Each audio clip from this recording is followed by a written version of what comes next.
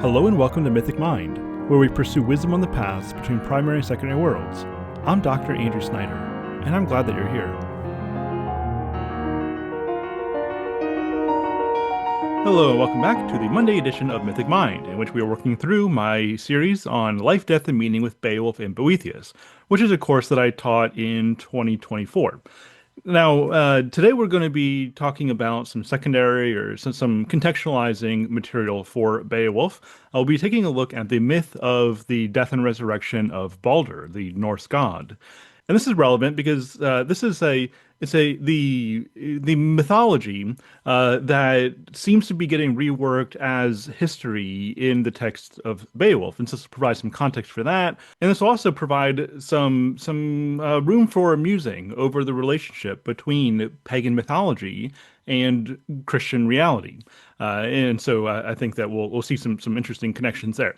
All right, well, now let's go ahead. Actually, before we get to it, I do want to remind you that this week, if you're listening to this shortly after it comes out, this week begins the Mythic Mind Silmarillion study. And so if you would like to participate, there's still time to do that. You haven't missed anything yet. Again, if you're listening to this soon after it's posted, I'll be posting the first exclusive course content this week, actually today. And then on Thursday, we'll be having our first live meeting. And so there's still time to join. All you need to do, click the link in the show notes or head over to patreon.com/mythicmind.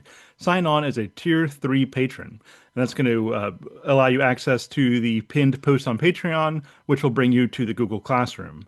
And you can sign on as an annual member. You can sign on as a monthly member, as long as you just stay with us for the duration of the course. And I would love to see you there. I think it's going to be a good time. It's going to be a good fellowship around an incredible text. But for now, let's go ahead and get to my presentation on the death and resurrection of Baldur the Beautiful. Beowulf, son of Ecgtheow, spoke. Many a skirmish I survived when I was young, and many times of war. I remember them well. At 7, I was fostered out by my father, left in charge of my people's lord. King Hrethel kept me and took care of me, was open-handed, behaved like a kinsman. While I was his ward, he treated me no worse as a wean about the place than one of his own boys. For the eldest, Herebeald, an unexpected deathbed was laid out, through a brother's doing. For when Haethcyn bent his horn-tipped bow, and loosed the arrow that destroyed his life, he shot wide and buried a shaft in the flesh and blood of his own brother. Lines 2425 to 2440.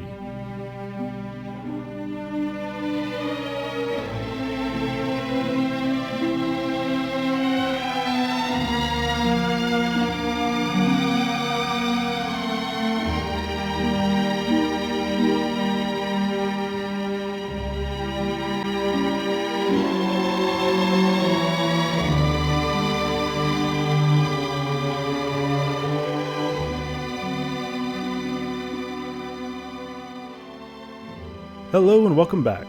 Now first, I should say that I have a cold as I record this, and so I'm going to push through it and hope that my voice holds up. If I sound a little bit different, well, that's why. Now, it's fairly agreed upon that Prince Haethcyn's killing of his brother Herebeald is likely connected with the god Hodi's killing of Baldur, and in fact, the second part of Herebeald, the Beowulf, is actually derived from Baldur, and so there's a pretty clear linguistic connection there, as well as thematic. This kind of thing is not terribly unusual, as the stories of men are sometimes brought up to the realm of the gods, and sometimes the stories of the gods are brought down to the realm of men, whether in analogy, kind of dealing with some common themes of the mythos, or even as an attempt to demythologize the divine story and make it more exclusively of a human story. I guess the best thing I could say about this whole process in either direction is, well, it's actually what the Fox says in C.S. Lewis's Till We Have Faces, that gods and men tend to flow in and out of each other. Now, my intention is not really to propose a thesis regarding what exactly our Christian Anglo-Saxon poet was doing here in some kind of metahistorical or religious sense, but instead to discuss just a bit about the story of Baldur. Now, will this give you some new penetrating insight into Beowulf, or is it going to radically shape your understanding of the story? No, probably not. But there's at least enough of a point of contact here to cast off our ships in order to discuss an important bit of the northern mythos, and to provide you with, or I suppose remind you with if you're already familiar with it, something from the general backdrop of our story, a glimpse into the world behind the world of Beowulf, a taste of the northernness that appealed to folks like Lewis, Tolkien, Wagner, and countless others, very much including me. And so Baldur was a son of Odin the Allfather and the goddess Frigga. Baldur was a great and noble god. He was associated with light, with joy, and with forgiveness, and with peace. In the Prose Edda, which is a collection of Norse myths and legends from the 13th century poet and historian Snorri Sturluson, we're told the following about Baldur. Odin's second son is Baldur, and there is much good to tell about him. He is the best, and all praise him. He is so beautiful and so bright that light shines from him. One plant is so white that it is likened to Baldur's brow. It is the whitest of all plants, and from this you can judge the beauty of both his hair and his body. He is the wisest of the gods. He is also the most beautifully spoken and the most merciful, but one of his characteristics is that none of his decisions is effective. He lives in a place called Breidablik. It is in heaven, and no impurity may be found there. Breidablik it is called, where Baldur has made for himself a hall, in that land where I know there are the fewest perils. And so, Baldur is wise, he is pure, he is good, he is beautiful, and he lives in the great hall of Breidablik, which is the place of the fewest perils, as we're told in Gylfaginning, or as is said in the Grimnismal of the Poetic Edda. Breidablik is the seventh home of Asgard, where Baldur has made a hall for himself. In that land, I know there are the fewest runes of ill omen. And so we clearly see that Baldur is associated with light, with joy, with peace, with mercy, and if we were to give him a season, it would surely be spring. In addition to many other brothers, including Thor and Vali, he had a twin brother named Hodr, who was a blind god associated with winter and darkness. And so, from the beginning, we see some opposing symbolism between these twin brothers, although this does not mean that there was any relational animosity between them. And of course, this competing symbolism is very much going to come up again in a pretty important way. Well, Baldur and Frigga both have a prophetic dream of Baldur's death, and so Frigga attempts to avoid this fate by making every object on Earth vow to never hurt Baldur. But, of course, she neglects to get the assent of one object, mistletoe. Well, the gods gained a new hobby of throwing things at Baldur, knowing that they could not harm him. The mischievous Loki, however, made a spear or an arrow, depending on the version, out of mistletoe, and he gave it to the blind god Hodr, who hurled it at his brother Baldur unto his death. Not desiring to kill his son Hodr directly, Odin had a child, Vali, with the Jotun Rundr, with the purpose of having Vali kill Hodr in vengeance of Baldur. And so here's another connection with the Beowulf story. We have a prince who kills his brother, leaving the king without direct recourse for satisfying the requirements of blood guilt. Baldur was ceremonially burned on his great ship Hringhorni, the largest of all ships, which was befitting of the magnificence of this great and good god. Upon seeing the corpse of Baldur, Nanna, his wife, died of grief, and was added to the funeral pyre with her husband. Thor then blessed the pyre of his burning brother with his hammer Mjolnir. At this time, a dwarf ran before the feet of Thor, and so Thor kicked the dwarf onto the pyre as well, as you see in this image here. Baldur descends into hell, that is, hell with one L rather than the Christian hell. So this is merely the place of the dead, and there is great lamentation for his loss. Frigga, who is among the Aesir's, that's the high gods, asks who will ride into hell with the goal of bringing Baldur back. Hermodr agrees, and he finds Baldur in hell. He petitions the goddess of the underworld for Baldur's release, but she says that she will only let him go if all things in the world, alive or dead, weep for him. Only then will she allow him to return to the Aesir. If anybody speaks against him, or refuses to cry, then he will remain in the domain of hell. Everyone weeps except for one, the Jotun Thok, who is presumed to be Loki in disguise. And so Baldur must remain in hell for now, for it is said that he will walk with the living again, following the cataclysm of Ragnarok. And so there is this prophecy of his end times resurrection. Following the death of most of the gods in Ragnarok, Baldur and Hodr will be released from hell and will be reconciled in the new world, which is not perfect, but it is delivered from the bloodbath of Ragnarok, which is itself a culmination of countless years of conflict. And so this is not eternal paradise, but it is springtime that follows winter, a springtime ushered in, at least in part, by the resurrection of the god of peace, light, and joy. Now, I would be remiss if I did not point out some of the common themes between Baldur and Christ, as this is one of the examples that some people try to point to in making the argument that the Christian account of Christ is just another example of the dying and rising God motif that shows up on multiple occasions in different pagan systems. To this, many well-meaning Christians will instantly go to pointing out the dissimilarities between these accounts, and there are dissimilarities, and so this is well and good, but I actually think that this response misses the most important point. C.S. Lewis discusses this in a few places, but probably most poignantly in his essay, Myth Became Fact, which I'm including in this week's supplemental reading. And this essay is also found in the God in the Dock essay collection, and so if you don't already have that, I definitely recommend that you do pick up that collection. But in this particular essay, he says the following: "Now as myth transcends thought, incarnation transcends myth. The heart of Christianity is a myth which is also a fact. The old myth of the dying God, without ceasing to be a myth, comes down from the heaven of legend and imagination to the earth of history. It happens at a particular date in a particular place, followed by definable historical consequences. We pass from a Baldur or an Osiris, dying nobody knows when or where, to a historical person crucified. It is all in order, under Pontius Pilate. By becoming fact, it does not cease to be myth.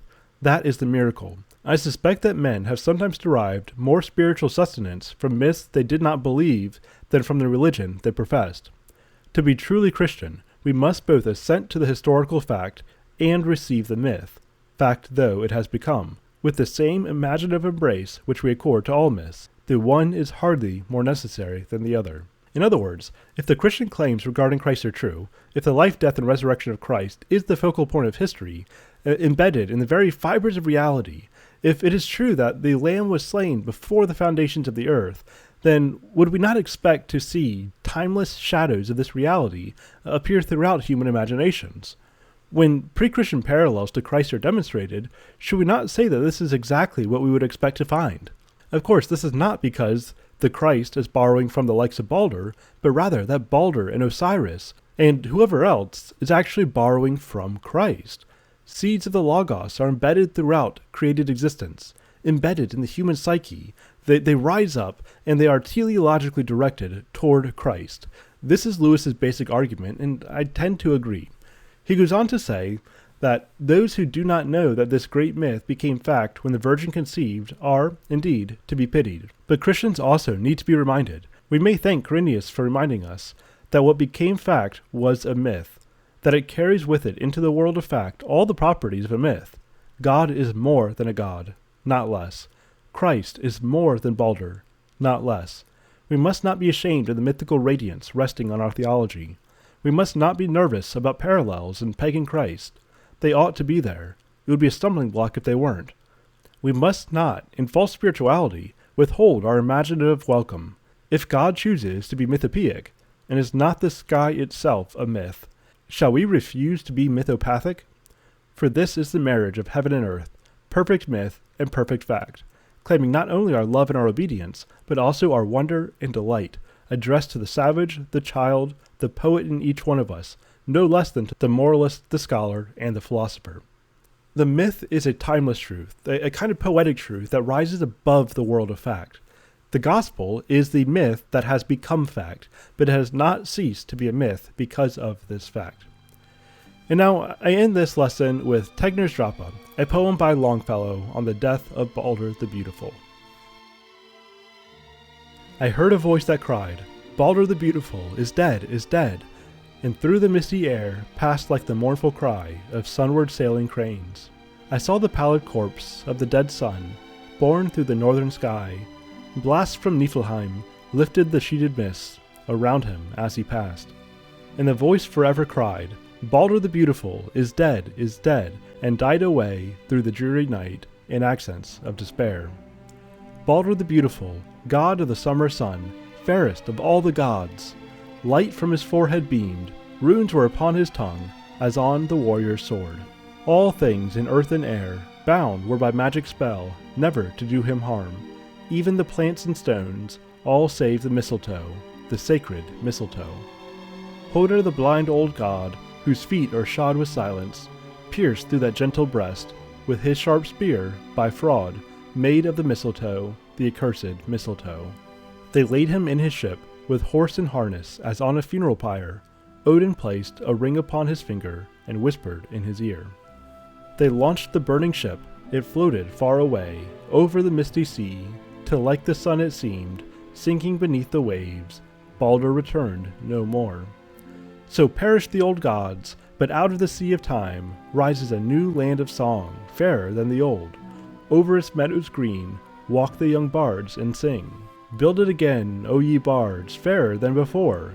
Ye fathers of the new race, feed upon morning dew, sing the new song of love. The law of force is dead, the law of love prevails. Thor the Thunderer shall rule the earth no more with threats challenge the meek Christ. Sing no more, O ye bards of the north, of Vikings and of Jarls, of the days of Eld. Preserve the freedom only, not the deeds of blood. Until next time, Godspeed.